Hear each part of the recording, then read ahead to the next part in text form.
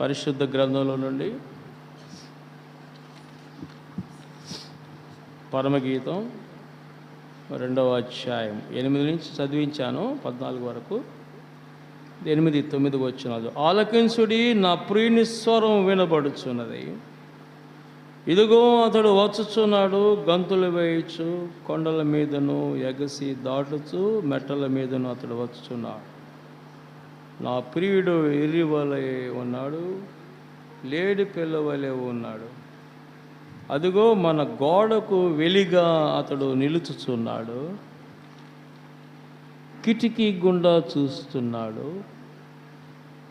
కిటికీ కంత గుండా తొంగి చూస్తూ ఉన్నాడు. ప్రార్థన చేసుకుందాం. దేవుడి మాటలు దీవించు. తండ్రి, మీకు స్తుతులు చెల్లిస్తున్నాం. మీ మాటలు మాకు కావాలి, లేకపోతే నశించిపోతాం. మేము నశించిపోవడానికి ఇష్టం లేదు. మేమందరము రక్షణ అందుకొని నీ మహిమలో నీతో ఉండాలని ఆశిస్తున్న తండ్రి, ఈ భాగ్యం మాకు అందించినందుకే స్తుతులు చెల్లిస్తూ పరమగీతంలో నుంచి కొన్ని విషయాలు ధ్యానిస్తున్నామేమో. మీరు మాకు సహాయపడుతున్నందుకే స్తుతులు చెల్లిస్తూ, మీరు ఏదైతే మాట్లాడుతున్నారో మేము జాగ్రత్తగా విని మమ్మల్ని మేము సరిచేసుకుంటూ సవరించుకుంటూ నీ రూపములోనికి, నీ పరిపూర్ణతలోనికి మేము రావడానికి, నీ రాకడ సమయంలో ఎత్తబడగలిగే వధూ సంఘంగా ఈ సంఘాన్ని సిద్ధపరచమని యేసు నామములో ప్రార్థిస్తున్నాను తండ్రి, ఆమేన్. ప్రియులారా, 8వ వచనం ఏం చెబుతుంది? ఆయన రాకడ గురించి చెబుతుందని ధ్యానించుకున్నాం. ఎందుకంటే ఆయన మేఘారూఢుడై వస్తున్నాడు. ఆయన తన వధువును తీసుకుని వెళ్ళడానికి ఎంతో ఆసక్తిగా వస్తున్నాడు అని ధ్యానం చేసుకున్నాం. ఆ ప్రియుని స్వరం వినబడుతూ ఉంది, అతడు వస్తున్నాడు. గంతులు వేయించిన మాట మీకేమి తెలియజేస్తుంది అంటే చాలా ఆసక్తిగా తన వధువును తీసుకెళ్ళడానికి వస్తున్నాడని మీకు అర్థమవుతుంది. అలాగైతే సంఘం ఎలా సిద్ధపడుతుంది ఆయన కొరకు? ఆయన రాకడ గురించి చాలా విషయాలు పరిశుద్ధ గ్రంథంలో చెప్పబడ్డాయని గత వారం మనం ఆలోచించాం. ప్రకటన గ్రంథం 1:7లో ఆయన మేఘారూఢుడై వస్తున్నాడని మీరు చూశారు కదా. వస్తున్నాడని రాయబడింది అక్కడ. ఆయన దొంగ వలె వస్తున్నాడని 3:3 చెప్పబడిందని నేను మెన్షన్ చేశాను. ప్రకటన 3:11లో నేను త్వరగా వస్తున్నాను అని చెప్పాడు. I'm coming very soon. అలాగే ప్రకటన గ్రంథం 16:5లో ఇదిగో నేను త్వరగా వస్తున్నాను అనే విషయాన్ని మీకు జ్ఞాపకం చేశాను. అదే విషయాన్ని 22:12లో కూడా చూస్తాం. 22:20లో ఏం చూస్తాం? అవును, త్వరగా వస్తున్నానని చెప్పుచున్నాడు. అవును, ఆమెన్ అని ఉంటుంది అక్కడ. ప్రభువైన యేసు రమ్ము. సంఘం ఆ రీతిగా వరుని కొరకు ఎదురు చూడాలి, ఆసక్తితో ఎదురు చూడాలి. అందుకని ఆయన మొదటి రాకడలో పాపిని రక్షించడానికి వచ్చాడు. పాపి కొరకు తన ప్రాణాన్ని ఇవ్వడానికి వచ్చాడు. తన రక్తం కార్చాడు. తన విలువైన ప్రాణాన్ని సమస్త జనుల కొరకు సమర్పించాడు. రక్తం చిందించకుండా పాప క్షమాపణ లేదని లేఖనం చెప్తుందని మనం ధ్యానం చేసుకున్నాం. రక్తం చిందించాలి. రక్తం ఎవరి రక్తమై ఉండాలి అంటే పరిశుద్ధుని రక్తమై ఉండాలి. ఎడ్ల యొక్కయో మేకల యొక్కయో రక్తము పాపములను తీసివేయటం అసాధ్యమని మీరు చూస్తారు హెబ్రీ 10:4లో. కానీ హెబ్రీ 9:22లో రక్తం చిందించకుండా పాప క్షమాపణ లేదని సామాన్యంగా చెప్పవచ్చు అని చదువుతారు. ఆ రక్తం ఎవరిదై ఉండాలి అంటే పరిశుద్ధుడిదై ఉండాలి. ఈ లోకంలో జన్మించిన ప్రతి వ్యక్తి పాపిగా జన్మిస్తున్నాడు. అవతార పురుషులు అనబడిన వారిలో కూడా లొసుకులు ఉన్నాయి, బలహీనతలు ఉన్నాయి. బలహీనతలు ఉండేవాడిని రక్షించలేడు. అంటే గుడ్డివానికి త్రావు చూపలేడు. ఒక బలహీనుడు రక్షించలేడు. ఒక అనీతిమంతుణ్ణి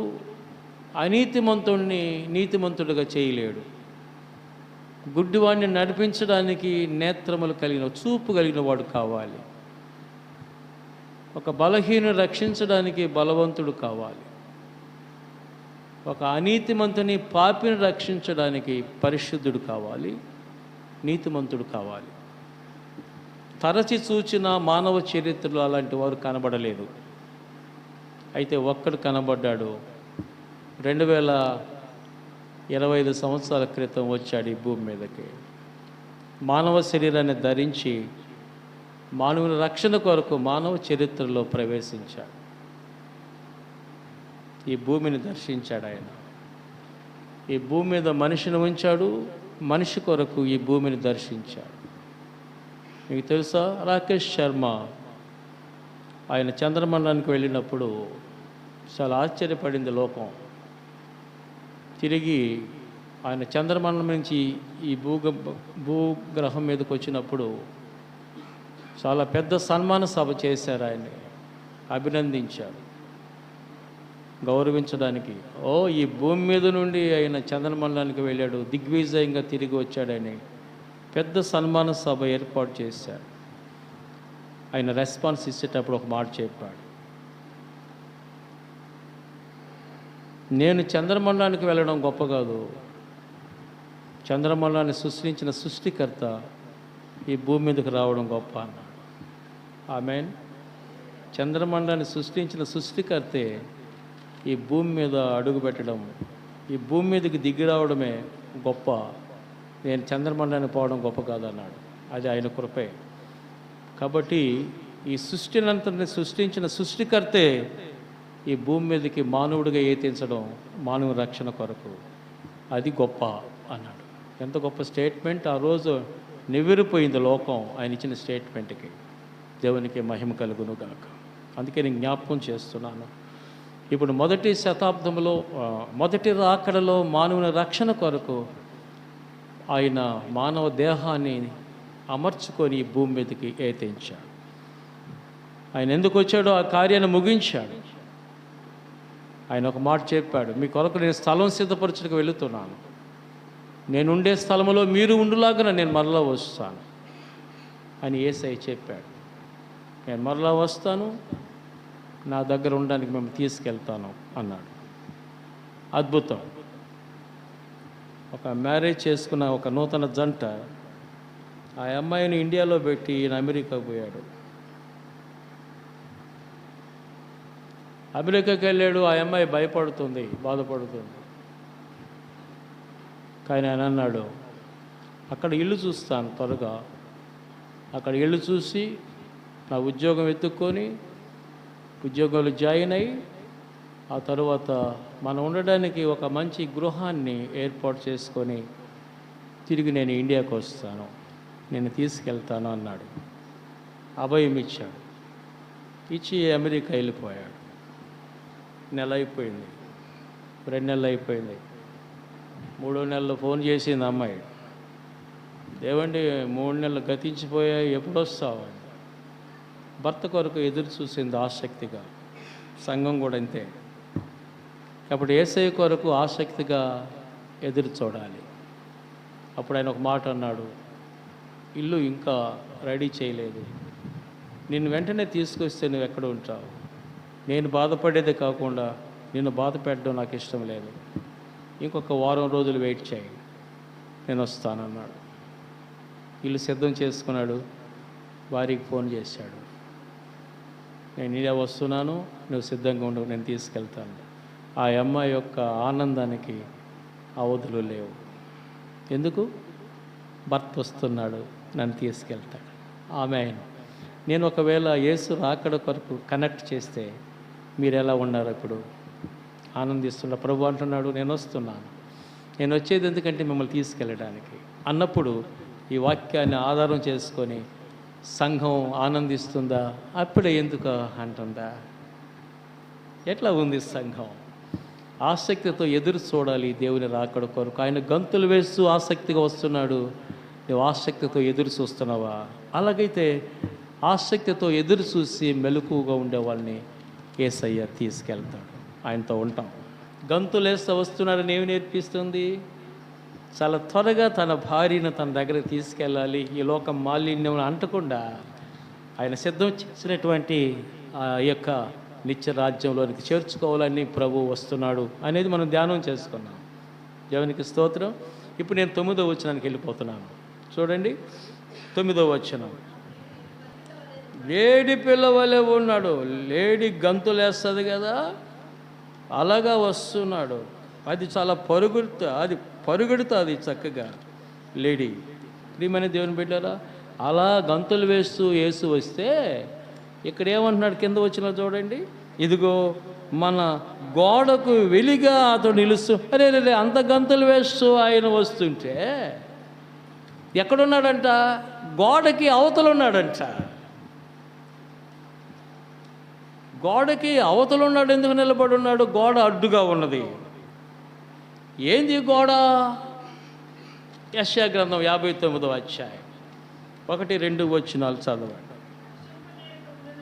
రక్షింప నేరక ఉండినట్లు హస్తం కొరసకాలేదు, విన నేరక ఉండినట్లు ఆయన చెవులు మందగిలలేదు. మీ దోషములు మీకును దేవునికి అడ్డముగా వచ్చాయి. గోడ అడ్డుగా వచ్చింది. ఇప్పుడు దోషాలు, పాపాలు అనే గోడ మన దగ్గరికి రాకుండా యేసును ఆపేశాయి. అది సంగతి. గోడ యువతలుండా అవతలుండడా? ఏం రాశాడు బైబిల్లో? అవతలు ఉన్నాడు. ఆయన అవతలు ఉంటే మీరేడున్నారు? యువతలు ఉన్నారు. మిమ్మల్ని కలుసుకోవాలని ఆయన వస్తే గోడ ఆపేసింది. ఏంది గోడ అంటే మన అపరాధములు, పాపములే మన మధ్య అడ్డుగా నిలబడ్డాయి అంటున్నాడు భక్తుడు. అవును కదా? అందుకని ప్రకటన గ్రంథం ఏం చెప్పింది? 3:20లో, ఇదిగో నేను తలుపు నద్ద నిలబడి తట్టుచున్నాను. అంటే లోపలికి వచ్చాడా, బయట ఉన్నాడా? తలుపు వేయబడింది. ఏ తలుపు? హృదయం అనే తలుపు. హృదయం అనే తలుపు వేయబడింది. ఏ గోడ? పాపములు, అపరాధములనే గోడ. ఏ తలుపు? హృదయం అనే తలుపు. గోడ అవతలు ఉన్నాడు, తలుపుకి అవతలు ఉన్నాడు. ఇప్పుడు తలుపుని తడుతున్నాడు. Is knocking at the door. So knocking at the door. కాబట్టి is standing outside the door and knocking the door. Anybody hears his voice and open the door, he will get in. లోపలికి వస్తాడు. ఆమేన్, హల్లెలూయా. కాబట్టి ఆ ద్వారము, హృదయం అనే తలుపుని తీయగలిగితే ప్రభువు లోపలికి వస్తాడు. నీ పాపాలు, నీ అపరాధాలు దేవుని సన్నిధిలో ఒప్పుకోగలిగితే గోడ అడ్డుని తొలగిస్తాడు. దేవునికి స్తోత్రం కలుగును గాక. ఇప్పుడు క్లియర్ అయింది. ప్రభు మన దగ్గరికి రావడం, మన లోపలికి రావడం. అందుకని యాకోబు గారు రాస్తూ ఒక మాట అన్నాడు, 5:9 ఉండొచ్చు ఆ మాట. ఏమంటాడు? ఇదిగో న్యాయాధిపతి వాకిట నిలిచి ఉన్నాడు అని చదువుతా. ప్రియమైన దేవుని బిడ్డలారా, ఒక్కసారి జ్ఞాపకం చేసుకుందాం. దేవుని వాక్యము ఆ రీతిగా మనకు సెలవిస్తుంది.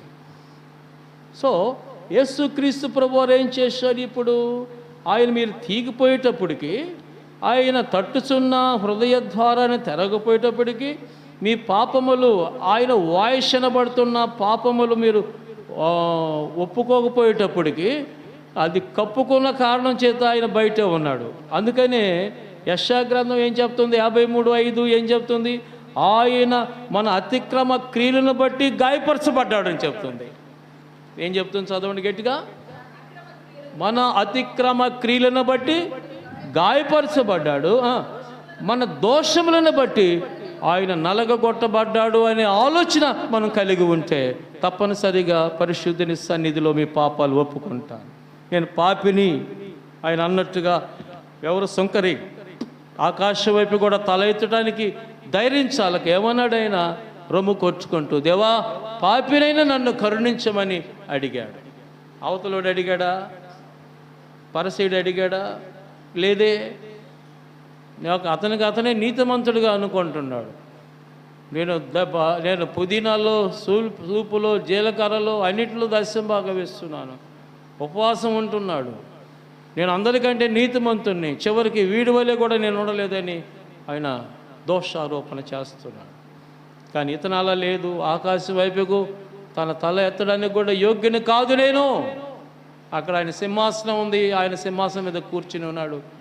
నా తల ఎత్తి ఆయన చూడడానికి కూడా అర్హుని కాదు అని దేవా పాపినైనా నన్ను కరుణించమనే ప్రార్థన, ఒక చిన్న ప్రార్థన ఒక గొప్ప జవాబుని తీసుకొచ్చాడు.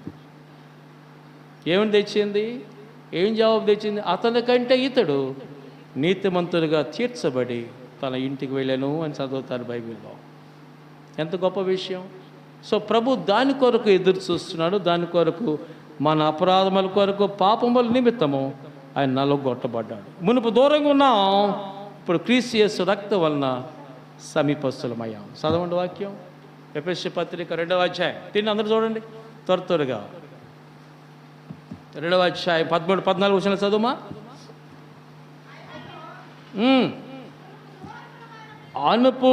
ఆయనను మునుపు దూరస్థులమైన మీరు ఇప్పుడు క్రీస్తు యేసునందు క్రీస్తు రక్తం వలన ఏమై ఉన్నారు?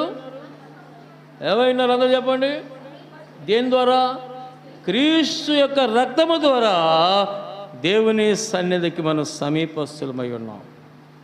చాలా క్లోజ్గా, ధైర్యంగా, విశ్వాసంగా మనం ఆయన సన్నిధికి వచ్చి రాగలిగాం. ఇది ఆయన కార్చిన రక్తం వల్ల కలిగినటువంటిదే కానీ మరొక ప్రయత్నం కాదు. మానవుని ప్రయత్నం అసలే కాదు, మానవుని నీతి అసలే కాదు, మానవుని యొక్క గొప్పతనం అసలే కాదు, వాడి స్థాయి అంతస్తు అసలే కాదు. దేవునికి స్తోత్రం కలుగునగాక. మానవుడికి సహజంగా విధేయత కంటే కూడా గర్వం మనిషి మీదకి వస్తుంది. గర్విష్ఠిగా మారుతాడు మనిషి చాలాసార్లు. అందుకని నేను చెప్పాను, నీ గర్వము నీకు నెత్తికెక్కితే ఎటువైపు చూడమన్నాడు? శ్మశానం వైపు చూడమన్నాడు. నీ గర్వము నీకు నెత్తికెక్కితే శ్మశానం వైపు చూడు. ఎందుకంటే నీకంటే గర్విష్ఠులు, నీకంటే గొప్పవారు, నీకంటే ధనవంతులు, నీకంటే అందగాళ్ళు, నీకంటే అన్ని విధాలుగా గొప్పవారు అనిపించుకున్న వాళ్ళు మట్టి అయిపోయారు. చూడు, ఎటువైపు చూస్తే కనపడుతుంది?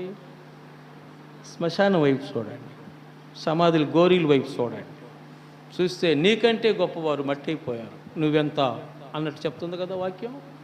అవును ప్రియమైన దేవుని బిడ్డల, మానవుని జీవితంలో అలాగ ఉంటే దేవుడు మన కొరకు, అలాంటి వారి కొరకు ఎంత తగ్గించుకున్నాడు కదా, ఎంత విధేయుడయ్యాడు కదా, ఎంత ప్రేమ మానవుని పట్ల చూపించాడు కదా.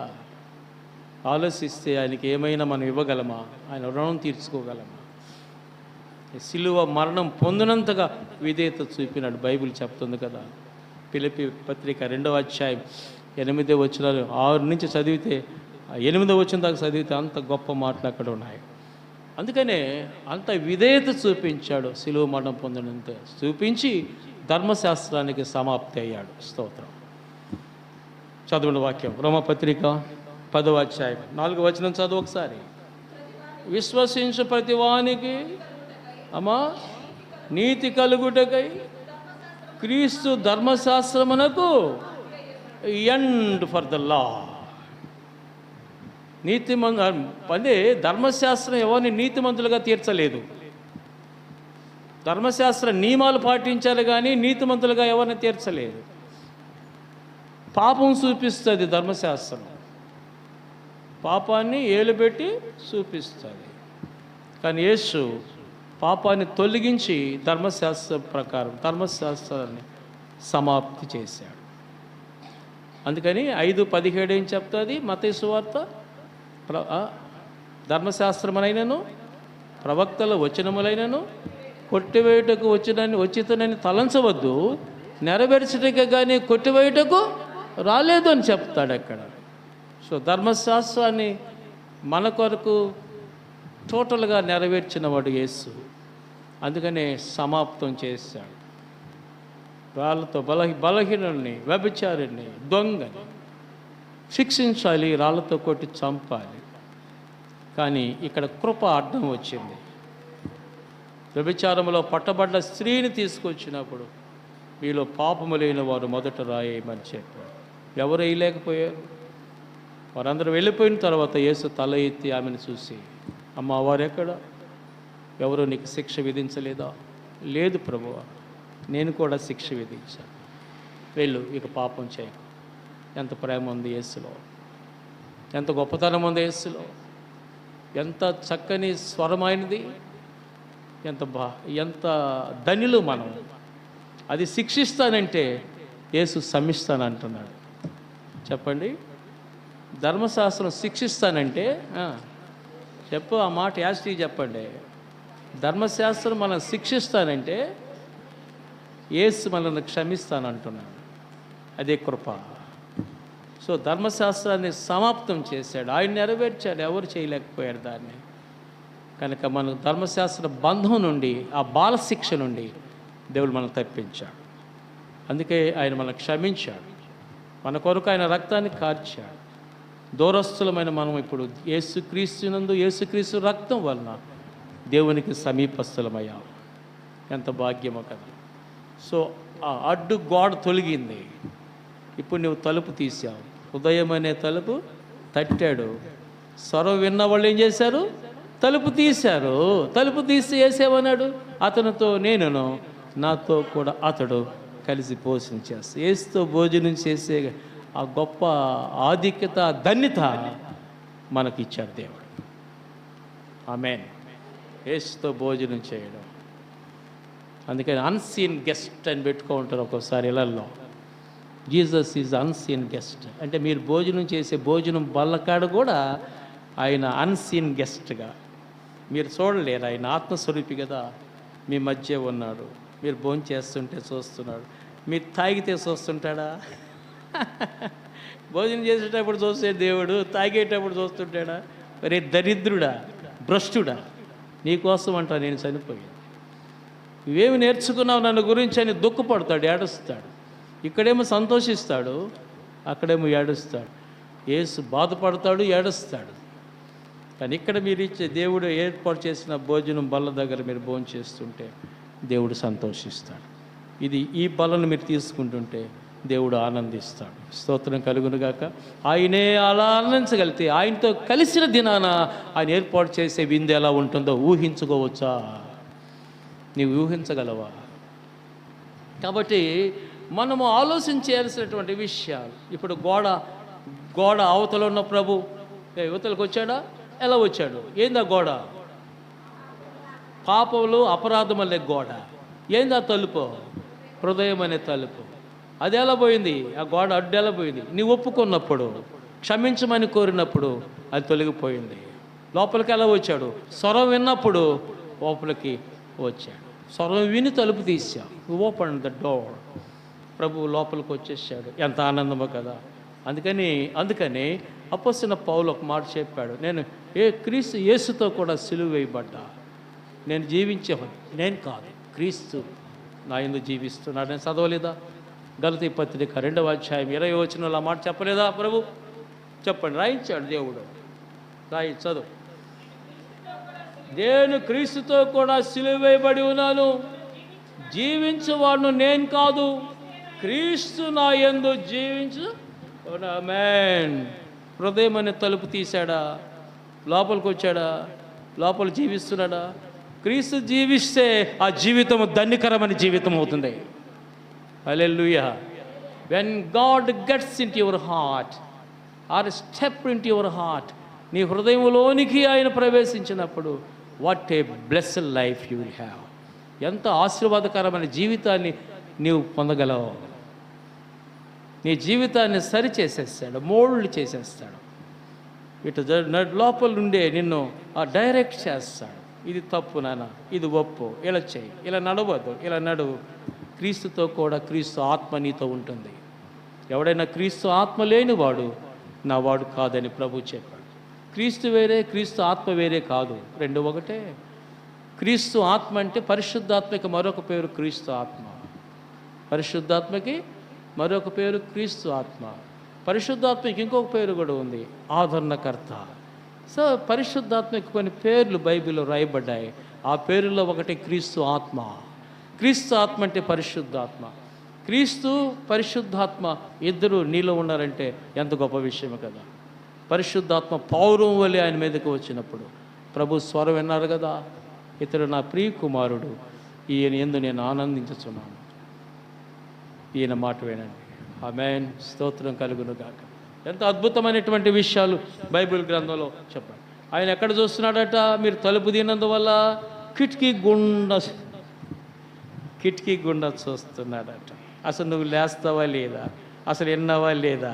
కింద ఏం రాశాడు చూడండి, కిటికీ కాంతల గుండా తొంగి చూస్తున్నాడట. తొంగి చూస్తున్నాడు. నువ్వు తలుపు తీస్తే తొంగి చూడాల్సిన అవసరం ఏముంది? కిటికీ గుండా తొంగి చూడాల్సిన అవసరం లేదు. నువ్వు తలుపు తీయడం ఆలస్యం చేశావు. నువ్వెంత నిరుత్సాహంగా ఉన్నావు, ఎంత నీరసంగా ఉన్నావు, ఎంత బడలికగా ఉన్నావు, ఎంత కేర్లెస్గా ఉన్నావు. దేవుని స్వరం వినబడుతున్నావు. అందుకే నేను ప్రేమించిన ప్రభు నువ్వు లేస్తున్నావా లేదా అబ్జర్వ్ చేస్తున్నాడు కిటికీ గుండా. ఆమేన్, ఆమేన్. కిటికీ అంటే ఇక్కడ అర్థం ఏంటంటే తన నేత్రాలు. కిటికీ అంటే నేత్రాలు. ఆ నేత్రాలు మనం చూస్తున్నాడు. ఇల్లుని డిజైన్ చేసిన వాడు అలాగా చేస్తే నిన్ను డిజైన్ చేసిన వాడు ఎంత బాగా చేశాడు కదా. స్తోత్రం, హల్లెలూయా. ఇప్పటికి అర్థం కాలేదు మనిషిని డిజైన్ చేసినటువంటి ఆ డిజైన్ ఇప్పటికి అర్థం లేదు శాస్త్రజ్ఞులకు కానీ డాక్టర్లకు కానీ. మేము డిజైన్ చేసిన విధానం ఒకరికి అర్థం కాలేదు. ఆడ మనిషిని ఎలా డిజైన్ చేశాడు, మగాడిని ఎలా డిజైన్ చేశాడు, అసలు ఆ డిజైన్ అర్థం కాలే ఈ రోజు వరకు. ఏ నరం ఎక్కడ ఉంచాడో, ఆ గుండెకి ఎలాంటి నరాలు పంపించాడు, గుండె ఎలాగా కొట్టుకుంటుంది ఇప్పటికి అర్థం కాదు జనాలకి. అది అర్థం చేసుకుంటే యేసయ్య పాదాలు జౌరు పట్టుకుంటాం. నువ్వు నెమ్మదిగా చక్కగా ఉండవంటే ఆ డిజైన్ చేసిన దాంట్లో ఆ పనిని అమర్చాడు దేవుడు. ఎలా అమర్చాడో తెలియదు. ఏదో ఒక చిన్న ఒక పచ్చడి చేయటానికి ఆ దినుసులు వేసి, ఆ దినుసులు నీవు గ్రైండర్లో కానీ మిక్సీలో కానీ వేసినప్పుడు స్విచ్ ఆన్ చేస్తే భయంకరమైన శబ్దం వస్తుంది. ఆ శబ్దం వస్తుంది కదా, అంటది శబ్దం వస్తుంది. అయితే ఎన్ని కేజీలు అన్నం తింటున్నావు నువ్వు, ఎంత మటన్ తింటున్నావు, ఎంత చికెన్ తింటున్నావు చెప్పండి. కేజీలు తినేస్తున్నావు. కానీ నీకేమైనా శబ్దం వస్తుందా? అది ఏమంటే డైజెస్ట్ అయ్యేటప్పుడు, అరిగేటప్పుడు నీకేమైనా శబ్దం వస్తుందా? ఎంత ప్రశాంతంగా ఉంటావు నువ్వు. మరి ఎక్కడ ఏమి సైలెన్సర్ బిగించాడు నా ప్రభు. మీరు వెళ్ళి నారాయణ హాస్పిటల్కు లేకపోతే అపోలో హాస్పిటల్కో పోలి, నేనే హాస్పిటల్కు పోయా మీ గుండె ఎలా ఉంది అనే దాన్ని ఒకసారి చెక్ చేసుకోండి. వాడు ఇయర్ ఫోన్స్ పెడతాడు, ఇక్కడ కనెక్షన్ ఇస్తాడు, వాడు స్విచ్ ఆన్ చేస్తాడు, మీరు చూడండి పోయి. లోపల ఎంత శబ్దం వస్తుందో అసలు అర్థం కాదు. భయంకరమైన శబ్దం. సముద్ర కాడ నిలబడితే మీరు ఆ అలలు తాకిడికి, అలలు ఉవ్వెత్తున పైకి లేచినప్పుడు ఎంత శబ్దం వస్తుంది తెలుసా? అంతకంటే శబ్దం వస్తుంది అక్కడ కూర్చొని మీరు వింటే. ఇప్పుడు మాకేం రావడం లేదు. అక్కడ కూర్చొని వినగలిగితే అసలు మనమేనా ఇలా జీవిస్తున్నామా? అవును, సైలెన్స్ బిగించేశాడు దేవుడు. ఏడ పెట్టావంటే ఆడ అడగదాం, ఇక్కడ కాదు. మనకు తెలీదు. ఏ డాక్టర్ చెప్పలేడు, ఏ సైంటిస్ట్ చెప్పలేడు. ఆ రీతిగా డిజైన్ చేశాడు స్త్రీ పురుషులను దేవుడు. నీకు అర్థమైందా? నువ్వు తీయలేకపోతే కిటికీ గుండా చూస్తున్నాడంట. ఆమేన్. లేస్తుందా లేదా? ఇంకా నీరసంగా ఉందా? ఇంకా కేర్లెస్గా ఉందా? ప్రభువుని అర్థం చేసుకున్నవాడు కేర్లెస్గా ఎట్లా ఉంటాడు? హల్లెలూయా. ఎంత అద్భుతమైనటువంటి విషయం చెప్తున్నాడు. 10వ వచనం చదవండి. ఇప్పుడు 10కి వచ్చాయి. ఇప్పుడు నా ప్రియుడు నాతో మాట్లాడుతున్నాడు. అయిపోయింది. ఆ 10వ వచనం అయిపోయింది. ఇప్పుడు అంటే అప్పుడు అంటే ప్రభువు లేనప్పుడు మాట్లాడినా నీకు ఆ స్వరం వినబడలే. ఎందుకంటే నీ పాపము, అపరాధము అడ్డుపడింది. అందుకే ఆయన ఆలకించలేకపోతున్నాడు. ఆయన ముఖాన్ని నువ్వు చూడలేకపోతున్నావు. మీరు యెషయా గ్రంథం 59వ అధ్యాయం చదవలేదా? అందుకని ఆయన ముఖం మనం చూడలేకపోతున్నాం. ఆయనకి మనకు మధ్య అడ్డు కూడా ఉన్నది. అదే పాపము, అపరాధము.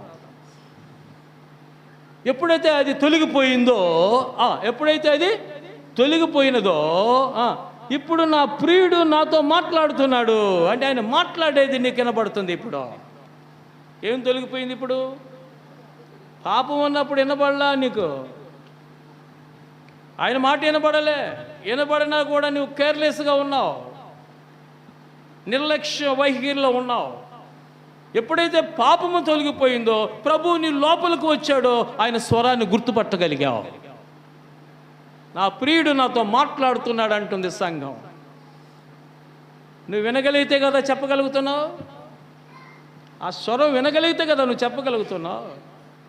నా ప్రియుడు నాతో మాట్లాడుతున్నాడు. So my dear is talking with me. స్తోత్రం. ఎవడో ఒక అమ్మాయిని ప్రేమించాడు, మీరు కాదులే ఏనండి, బట్ ప్రేమించినప్పుడు వాడు ఆ అమ్మాయిని కలుసుకోవాలా. వాడు ఒక ఉత్తరం రాశాడు, నేను పలానా చోట నేను కలుసుకుంటాను, అయితే వర్షం లేకపోతే వస్తాను అన్నాడు వాడు. అంటే ప్రేమకి వర్షం అడ్డమా? ప్రేమకి వర్షమేమి అడ్డము? అది ఏం ప్రేమ? అది నేను చూడాలని ఉంది, అన్నంలో కూడా నువ్వే కనబడుతున్నావు, మంచినీళ్ళ బాటిల్లో నువ్వే కనబడుతున్నావు, నేను ఎక్కడికి పోయినా నువ్వే కనబడుతున్నావు, అందుకే నేను చూడాలనుకుంటున్నాను, అయితే వర్షం లేకపోతే వస్తాను అన్నాడు వాడు. ఎంత దరిద్రం! నాకు ఆశ్చర్యం వేసింది. రాజుబాబు అని చెప్పాడు ఈ స్టేట్మెంట్ నాది కాదు, రాజుబాబు అని ఇచ్చిన స్టేట్మెంట్. నేను ఒకసారి ఆయన మెసేజ్ వింటున్నాను ప్రక్కన కూర్చొని. ఆయన ప్రేమను గురించి, మానవుని ప్రేమ, దేవుని ప్రేమను గురించి చెబుతూ, మానవులో ఉన్న ఈ ప్రేమ వర్షం వచ్చి ఆగిపోద్ది, కానీ దేవుని ప్రేమ వర్షం వచ్చినా ఆగదు, వడగండ్ల బండి ఆగదు. సాతాను శక్తులు ఎన్ని అడ్డుపడ్డా కూడా దూసుకొని వచ్చేస్తాడు, నేను ప్రేమిస్తాడు. అది యేసు ప్రేమ. ఆ ప్రేమలో ఆటంకం ఉండదు. ఆ ప్రేమలో దేవుడు మన పట్ల చూపిన ప్రేమ స్వార్థం లేనిది, నిస్వార్థపరమైనది, సమర్పణతో కూడినది, సాక్రిఫిషియల్ లవ్. ఆయన మన నిమిత్తము తన ప్రాణమును పెట్టిన గనుక దీనిని బట్టి ప్రేమ ఎట్టిదని మనం తెలుసుకొనిచున్నాము అని రాశాడు బైబిల్లో. మొదటి యోహాను పత్రిక 3:16 ఆ మాట ఉంటుంది, చదవండి ఒకసారి. ఆయన మన నిమిత్తము తన ప్రాణమును పెట్టెను గనుక ప్రేమ ఎట్టిదని తెలుసుకొనిచున్నాము. చాలు. అంటే సమర్పణతో కూడిన ప్రేమ, త్యాగపూరితమైన ప్రేమను గురించి చెప్పడానికి నేను ఆ వచ్చిన చెప్పాను మీకు. This is a sacrificial love. మనం ప్రేమించే ప్రేమకు, దేవుడు మనల్ని ప్రేమించే ప్రేమకు వ్యత్యాసం ఉంది. మన ప్రేమ కొన్ని సందర్భాలు ఆగిపోతుంది, అది తగ్గిపోతుంది. దేవుని ప్రేమ తగ్గిపోదు, అది పెరుగుతూ ఉంటుంది, అది ఎప్పుడూ ఆగదు. ఆ ప్రేమ కంటిన్యూ అవుతూ ఉంది. ఎప్పుడు దాకా అంటే నువ్వు ప్రభు దగ్గరికి వెళ్ళేంత వరకు ఆ ప్రేమ నీ ప్రక్క నిలబడి ఉంటుంది. ఆమేన్. అద్భుతం కదా? అవును. ఆయన ప్రేమ వెడల్పెంత? ఈ భూమి మీద ఉన్న ప్రతి మానవుడు రక్షించబడేంత ప్రేమ దేవుని యొక్క ప్రేమ. భూమి మీద ఉన్న ప్రతి మానవుడు, ప్రతి వ్యక్తి రక్షించబడేంత ప్రేమ దేవుని యొక్క ప్రేమ యొక్క వెడల్పు. దేవుని ప్రేమ యొక్క పొడవు ఎంతంటే, నిన్ను నన్ను నిత్యత్వంలోనికి చేర్చేంత పొడవు దేవుని ప్రేమ యొక్క పొడవు. దేవుని ప్రేమ యొక్క లోతు ఎంతంటే, నీ పాపము నా పాపము అని భుజస్కంధాల మీద మోసి శిలువ మాను మీద మరణించినంత లోతు దేవుని ప్రేమ యొక్క లోతు.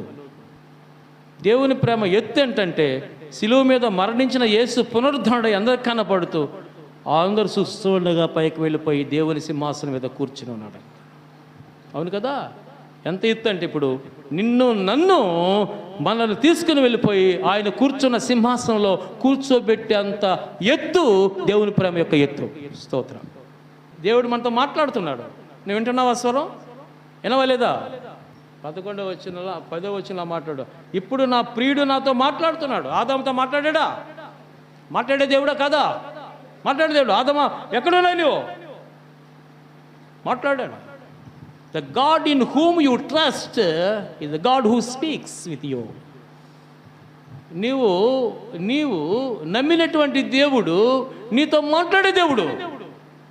ఏ మూగ విగ్రహం కాదు. చెవులుండి వినక, కళ్ళుండి చూడక, చేతులుండి ముట్టుకోక, కాళ్ళుండి నడవక, నాలుగుండి రుచి చూడక ఉండేవాడు కాదు. వాటిని చేయవాడు, వాటి యందు విశ్వాసం ఉంచువాడు, నమ్మిక ఉంచువాడు, వాటి వంటి వాడే అని మీరు చదవలేదా 115 కీర్తనలో? క్లియర్ రాశాడు కదా. అవి వినవు, చూడు. ఆయన చూపులోనే ప్రేమ ఉంది, ఆయన మాటలోనే ప్రేమ ఉంది.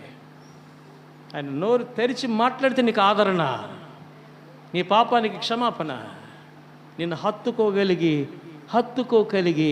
నిన్ను తను ఉండే చోట నిన్ను ఉంచుకోగలిగినటువంటి దేవుడు. పాపిని ఎలా ఉంచుకుంటాడు? నిన్ను పరిశుద్ధపరిచి ఆయన దగ్గర ఉంచుకోగలిగినటువంటి గొప్ప మనసు కలిగినటువంటి దేవుడు నువ్వు ఆరాధించే దేవుడు. మాట్లాడాడు. ఆదమా ఎక్కడున్నావు? ఆదం విన్నాడా? స్వరం విన్నాడా?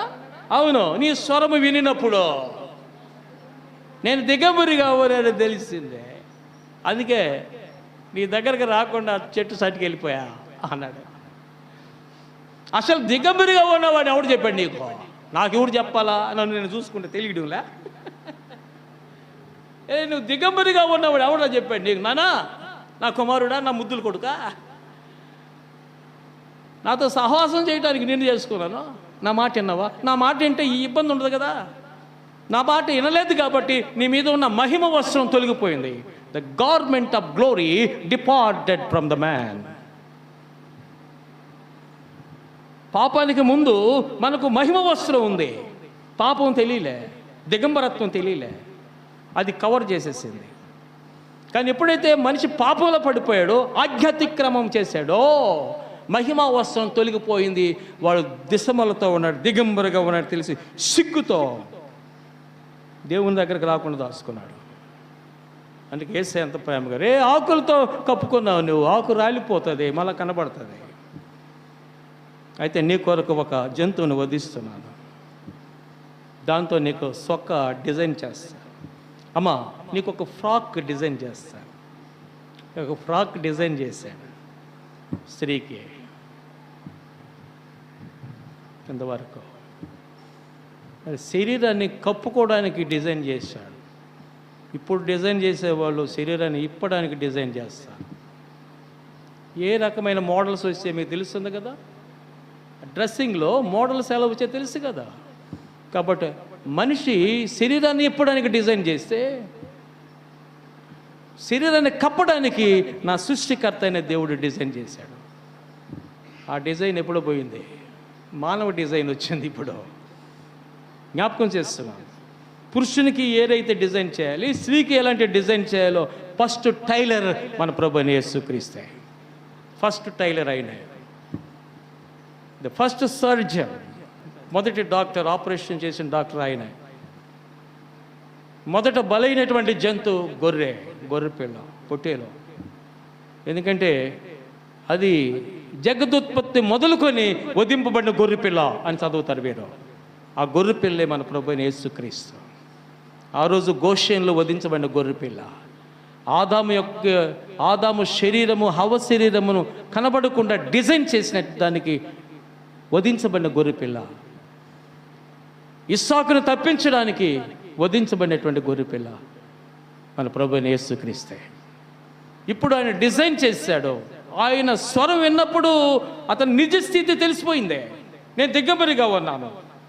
మన దిగంబరత్వాన్ని తొలగించినటువంటి దేవుడు ఆయన. అబ్రమా, yes my Lord, I'm listening your voice. నీ మాట వింటున్నా నేను. చెప్పు, నీ ఒక్కడై ఉన్న కుమారుడు, నువ్వు ప్రేమించే కుమారుడి నా కొరకు నీవు దహన బలి ఇవ్వాలి, తీసుకుపోవా. విన్నాడా? స్తోత్రం కలుగును గాక. స్వరం విన్నాడా? అవును. మోషే, నాకెందుకు నువ్వు మాట్లాడుతున్నావు? అవును, నీ చేతిలో కర్ర ఉంది కదా, ఆ కర్రనైతే చూపించావు, సముద్రం చీలిపోతుంది. నేను స్వరం విన్నాడా? మాట్లాడుతున్నాడు దేవుడు, మాట్లాడే దేవుడా. అందుకే నేను 10వ వచనం చెప్తుంది ఆ మాట. ఆమేన్. హల్లెలూయా. సండే తక్కువ ఉంది టైం. ఈ తక్కువ టైంలో ఎక్కువ మ్యాటర్ చెప్పలేని సతమతమైపోతున్నటువంటి వ్యక్తిని నేను. చూద్దాం. దేవునికి స్తోత్రం. ఏమంటున్నాడు 10వ వచనంలో? ఇప్పుడు నా ప్రియుడు నాతో మాట్లాడుతున్నాడు. ఆమేన్. ఎంత గొప్ప దేవుడు. అబ్రహాముతో మాట్లాడాడా? రైట్. కొత్త నిబంధనలో సౌలుతో మాట్లాడాడా? 9వ అధ్యాయం మీరు చూస్తారు కదా, అపోస్తల కార్యముల గ్రంథం 9వ అధ్యాయం 3-5 వరకు మీరు నోట్ చేసుకోండి. మాట్లాడాడా ఆయన? అవును. సౌలా సౌలా, నువ్వెలా నన్ను హింసిస్తున్నావు? ప్రభువా నీవెవడువే? ప్రతిస్పందన. స్వరం విన్నాడా? ప్రతిస్పందన వచ్చిందా? ప్రభువా నీవెవడువే? నీవు హింసిస్తున్నా లే. నువ్వెలా ఎక్కడికి పోవాలో చెప్తా. నువ్వెక్కడికి పోవాలో చెప్తాను నేను. దేవునికి స్తోత్రం. దమస్కు వెళ్ళిపో. అక్కడ నా సేవకుడితో మాట్లాడాను అన్న, నీతో ఆయన కలువ. ఎంత అద్భుతమైన దేవుడు. ఆ స్వరం ఆడ వినడం గొప్ప విషయం. ఆయన మాట్లాడే దేవుడు మోగవాడు కాదో, కళ్ళు లేనివాడు కాదో, చెవులు ఇచ్చిన వాడు వినడా. నీకు చెవులు ఇచ్చింది ఎవరు? మన సృష్టికర్త మన ప్రభువే. నీకు చెవులు ఇచ్చాడు. నీకు కన్ను ఇచ్చింది ఎవరు? మన సృష్టికర్త. నీ డిజైన్ చేసినోడే నీ కన్ను ఇచ్చాడు, కంట్లో సూప్ ఇచ్చాడు. ఆమేన్. కన్ను ఉండడం వేరే, కంట్లో సూపు ఉండడం వేరే. ఆడొక చిన్న ఆప్టిక్ నరం ఒకటి సెట్ చేశాడు సూపు రావడానికి.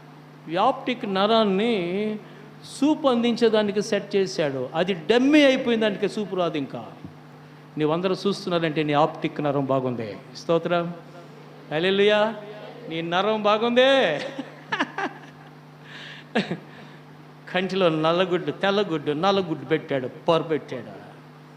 ఆ నల్లగుడ్డులో పెట్టాడు రెటీనా. అబ్బా, రెటీనా అక్కడ పెట్టాడు. అదే చూస్తూ ఉంది. స్తోత్రం కలుగును. ఆయన సృష్టి వివరణ చేయటం నాకు ఏడుపు వచ్చేస్తుంది. ఇంకా నేను అడగాడికి ఆపుతున్నాను. ప్రతి పార్ట్ ఒక స్పెషల్ నీ కొరకు ఇచ్చాడు. అలాంటి డిజైన్ చేసిన దేవుని నువ్వు మర్చిపోతే ఎంత కృతజ్ఞత లేని మనిషి నువ్వు ఈ భూమి మీద. నీకంటే ఎంతోమంది శ్రేష్ఠులైన వారు, కొంతమంది కాళ్ళు సరిగా లేవు, ట్రైసైకిల్ మీద వెళ్తూ ఉన్నావు.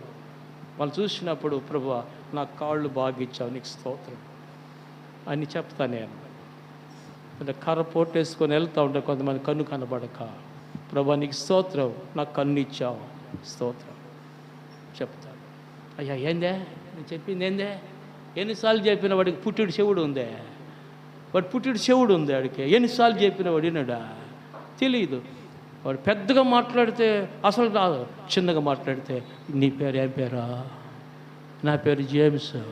నీ పేరేం పేరు? వాడికి వినపడదు.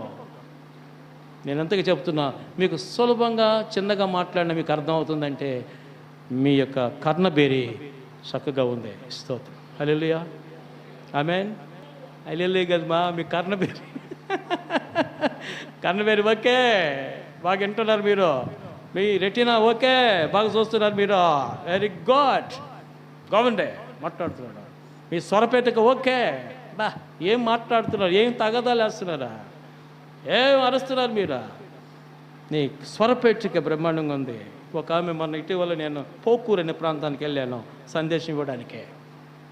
ప్రార్థన కోసం నిలబడి ఉన్నారు. ఒక తల్లి తన బిడ్డని ఒక 15 సంవత్సరాల ఆడబిడ్డని పెట్టుకొని నిలబడి ఉంది. అందరికి ప్రార్థన చేస్తున్నా, ఆ ముందుకు రావటంలే, నా ముందే ఉంది ఆ బిడ్డను నిలబెట్టుకొని ఏడుస్తూ ఉంది.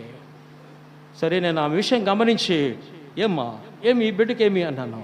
పుట్టుక నుండి కూడా మాటలు రాలేదు. 15-16 సంవత్సరాలు ఏమన్నా బిడ్డ, మాటలు రాలేదని తల్లి ఏడుస్తుంది. ఆ స్వరపేటిక డమ్మి అయిపోయింది, మాట్లాడేదానికి శక్తి లేదు. పుట్టుకలంటే వచ్చింది.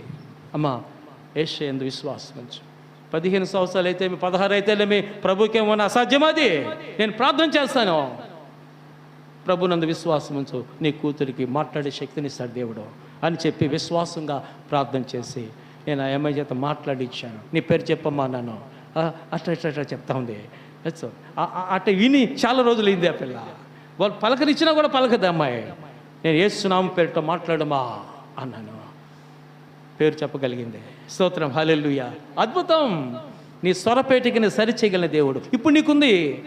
నీకు ఆ స్వరం ఉంది బాగా. పాడమంటే రావు, ప్రార్థన చేయమంటే రావు, వాక్యం చెప్పమంటే రావు, సన్నిధానికి అసలు రావు. నీకు స్వరం ఇచ్చిన దేవుడు నిన్ను గురించి చింతిస్తున్నాడా, సంతోషిస్తున్నాడా? చెప్పండి, చెప్పమా. చింతిస్తున్నాడా? చింతిస్తున్నాడు అంటే ఏందే? బాధపడుతున్నాడా? స్వరం వింటున్నావా లేదా? వినాలా? దేవుని స్వరం వింటే నువ్వు ధన్యురాలివి, ధన్యుడివి, నీవు ఆశీర్వదించబడ్డ బిడ్డవి. అంత గొప్ప దేవుడు నీకు ఇచ్చిన ఆశీర్వాదాలు అనుభవిస్తూ ప్రభు కొరకు మీరు సాక్షిగా బ్రతకాలని ఆశిస్తూ ముగిస్తున్నాను. అడ్డుగోడ తొలగింది, నువ్వు తలుపు తీయగలిగావు, హృదయం అనే తలుపు. యేసు లోపలికి రాగలిగాడు, అందుకని మాట్లాడే స్వరం వినగలుగుతున్నావు, విధేయత చూపగలుగుతున్నావు. ఆయన అడుగు జాడలో నడవటానికి ప్రభు కృప చూపించాడు. నీకంటే ఆశీర్వదించబడ్డవారు, నీకంటే ధన్యులు ఈ భూమి మీద ఇంకొకడు ఉండడు. వారందరికీ స్వరం ఉంది, చూపు ఉంది, వినికడు ఉంది, కాళ్ళు ఉన్నాయి, నడుస్తున్నాడు. కానీ ఆ ఇచ్చిన దేవుణ్ణి మర్చిపోయారు. అవి ఇచ్చిన దేవుణ్ణి, డిజైన్ చేసిన దేవుణ్ణి మర్చిపోయారు. సత్యదేవుణ్ణి మర్చిపోయి అవతలికి వెళ్ళిపోయారు.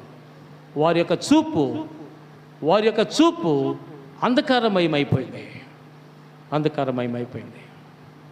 వారు జ్ఞానులమని చెప్పుకొని బుద్ధిహీనులైపోయారు. కానీ నువ్వు ధన్యుడివే కదా, నువ్వు ధన్యురాలివే కదా. స్తోత్రం కలుగును గాక. కాబట్టి మాటలాడని వారు, చూడలేనటువంటి వారు, కళ్ళుండి చూడలేని, చెవులుండి వినలేనటువంటి, చేతులుండి ముట్టుకోలేనటువంటి మూగ విగ్రహాలకి ఆరాధన చేసే దుస్థితిలోనికి వెళ్ళిపోయారు. కానీ నీవు జీవము కలిగినటువంటి దేవుణ్ణి తెలుసుకొని, నీ పాపాలు ఒప్పుకొని, నా పాపముల కొరకు ఆయన మరణించాడని నీవు విశ్వసించి రక్షణ అందుకొని, ఆయన హృదయం అనే తలుపుని తెరిచి ఆయన లోపలికి స్వీకరించి ఆయన స్వరం వినగలుగుతున్న నీవు, ఆయనతో మాట్లాడుకోగలుగుతున్న నీవు ధన్యురాలివే, ధన్యుడివే. ఆ గొప్ప కృప దేవునికి అందించాడు. దేవునికి మహిమ కలుగునక. ఆత్మ సంగములతో చెప్తున్న మాట చెవి గలవాడు వినుగాక. స్తోత్రం. తల్లోంచి ప్రార్థన చేస్తాం. తండ్రి, మీకు వందనాలు. మా మంచి దేవుడు, మీరు మాకు అందించినటువంటి శ్రేష్టమైనటువంటి వాక్యము కొరకై స్తోత్రం. నీకంటే శ్రేష్ఠుడు, నీకంటే యోగ్యులు లేరు, దొరకలేదు మాకు. నీవే అలాంటి గొప్పవాడు. మా రక్షణ కొరకు, మా పాప పరిహారం కొరకు అయ్యా నీవు మనం తండ్రి నీతో కూడా నిత్యరాజ్యంలో నీతో కూడా మేము చేరి ఆనందించగలిగే ఆ గొప్ప స్థాయికి మమ్మల్ని తీసుకొచ్చావు. నీకు స్తోత్రం. నీకంటే శ్రేష్ఠులు ఎవరున్నారు స్వామి? నీకే మహిమ కలుగును గాక. నువ్వు మాకు ఇచ్చిన గొప్ప భాగ్యం కొరకై, పరమగీత గ్రంథంలో నుంచి కొన్ని విషయాలు మేము నేర్చుకునేటానికి మీరు ఇస్తున్న అవకాశాల కొరకై స్తుతులు చెల్లిస్తూ, నువ్వు మాట్లాడిన ప్రతి మాట జీవము కలిగిన మాట, బిడ్డలను ఆదరించేది, ధైర్యపరిచేది, స్వస్థపరిచేది, నిత్యజీవములోనికి నడిపించేది. ఆ మాటకి లోబడి నీ స్వరం వినే నీ అడుగుజాల్లో నడవడానికి బిడ్డలకు సహాయం చేయమని, ఈ రాకడ సమయంలో ఎత్తబడగలిగిన వధువు సంఘము నిన్ను ఎదుర్కోవడానికి ఏ మచ్చ, డాగు, కల్మషం, ముడత, కళంకం అనేటువంటి బిడ్డలుగా నీ దగ్గర నిలబడడానికి సహాయం చేయమని యేసు నామములో ప్రార్థిస్తున్నాను తండ్రి. ఆమేన్. Thank you.